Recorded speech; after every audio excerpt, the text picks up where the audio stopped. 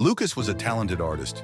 His paintings were filled with emotion, vibrant colors, and a touch of magic. Yet Lucas wasn't happy. Every morning, as he walked to the market, he passed a grand mansion where another artist, Victor, lived. Victor was famous, wealthy, and admired by all. His art was displayed in galleries, and collectors traveled from far and wide to buy his work. Lucas couldn't help but feel inadequate. No matter how much he improved, he thought, "I'll never be as good as Victor." One day, Lucas stood at the edge of the village, overlooking the fields, lost in his thoughts. He wondered, why do I even try? What's the point when someone else is already so much better than me? Just then, an old farmer approached.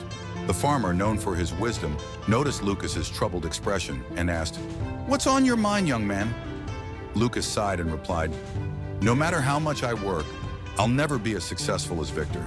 His life is perfect, and mine feels so small in comparison." The farmer smiled and motioned for Lucas to follow him.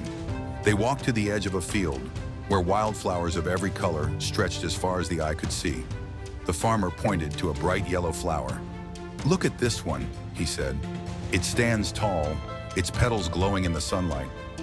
Now look at the small white flowers beside it. Do you think they feel less beautiful because they're not as tall or bright?" Lucas frowned. "Well, no, they're just different," the farmer nodded. "Exactly. Each flower blooms in its own way.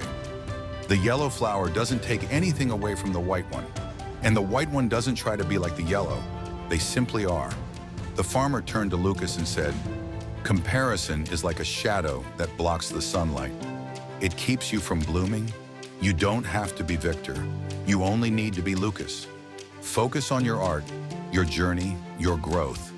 Let Victor's success inspire you, but don't let it steal your joy."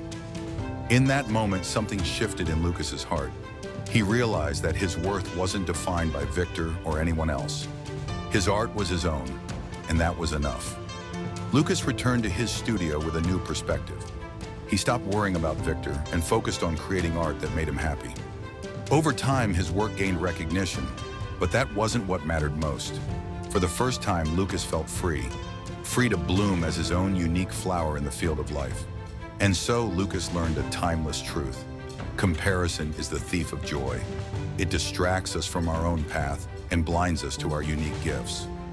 When we let go of comparison, we make room for gratitude, growth, and true happiness. Share your story in the comments, and don't forget to subscribe to Rise and Radiate for more powerful lessons and inspiring stories.